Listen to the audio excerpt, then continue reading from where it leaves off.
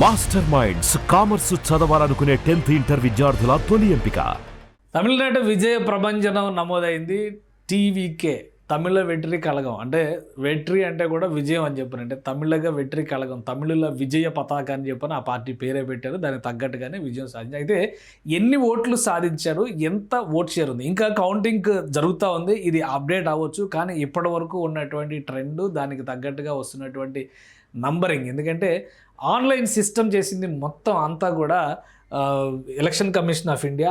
దాని ఫలితంగానే ఎక్కడైనా కానీ ఎవరైతే కౌంటింగ్ ఏజెంట్స్ బూత్లో ఫైనల్గా రిటర్నింగ్ ఆఫీసర్ అప్రూవల్తో నంబర్స్ ఎంటర్ చేస్తారో అవన్నీ ఒకేసారి ప్యారలల్గా డాష్ బోర్డ్ లాగా ఈ అఫీషియల్ వెబ్సైట్లోనే వచ్చేస్తుంది. అందుకనే రిజల్ట్ కూడా అంతే ఫాస్ట్గా వస్తుంది. ఇప్పుడు మొత్తం 223 నియోజకవర్గాలకు సంబంధించి తమిళనాడులో ఇస్తున్నటువంటి డేటా ఇది.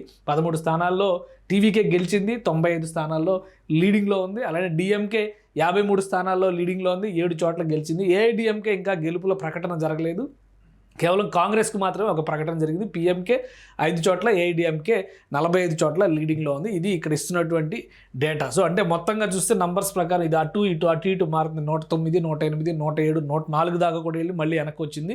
సో అలా చూసినప్పుడు ఈ నంబరింగ్ ఇది మొత్తం నడుస్తున్నటువంటి కలర్ అంతా కూడా ఈ విధంగా మారుతుంది. డిఎంకే ఒక దగ్గర, డిఎంకే అనూహ్యంగా కొంత పుంజుకుంది చివరి రౌండ్లలో. సో ఆ రకంగా చూసినప్పుడు డిఎంకే కూడా కొంత ఊరటనిచ్చేటువంటి రిజల్ట్గా కనిపించవచ్చు. ఇక ఓట్ షేర్ విషయంలో మనకు కనిపిస్తున్నటువంటి డేటా ఇది మొత్తంగా ఉన్నది. ఈ ఓట్ షేర్ విషయంలో ఇప్పటి వరకు అప్డేట్ అయినటువంటి డేటాని మనం ఒకసారి కన్సిడర్ చేసి చూస్తే టీవీకే పార్టీ 34.81% ఓట్లు దక్కించుకుంది. ఇప్పటివరకు కౌంట్ అయినాయి, ఇంకా కౌంట్ అయ్యి యాడ్ అవుతాయి.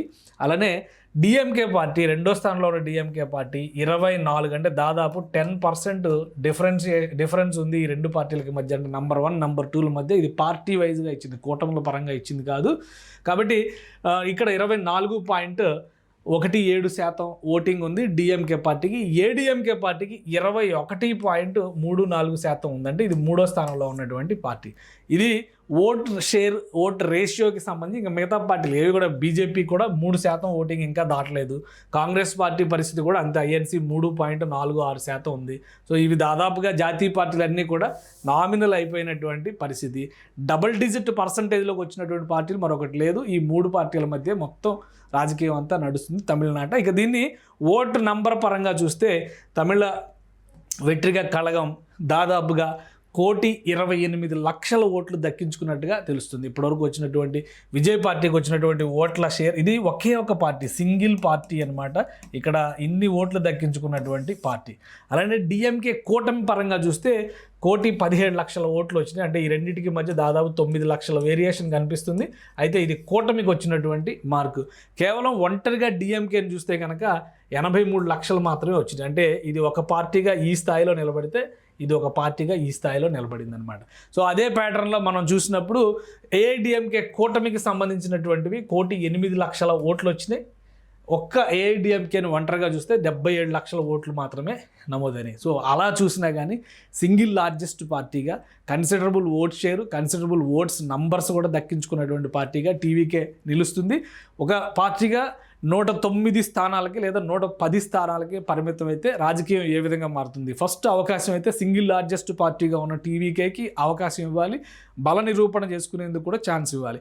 అలా కాకుండా పోస్ట్ పోల్ అలయన్సెస్ ఏమన్నా కనుక మారితే ఎవరు ముఖ్యమంత్రి అవుతారు అనేటువంటి ఒక సస్పెన్స్ రేగేటువంటి అవకాశం తమిళనాట ఉంది. కానీ పర్ఫార్మెన్స్ పరంగా కొత్తగా పుట్టినటువంటి 2 ఏళ్ల వయసున్న పార్టీ పరంగా మనం చూసినప్పుడు మాత్రం తమిళనాడులో టీవీకే ఒక అద్భుతమైనటువంటి రిజల్ట్ ఈ మధ్యకాలంలో నమోదు చేసింది అనుకోవచ్చు. ఎందుకంటే ఒక 20-30 ఏళ్ల కిందట ఉన్న రాజకీయాలు వేరు, ఇప్పుడున్నటువంటి రాజకీయాలు వేరు.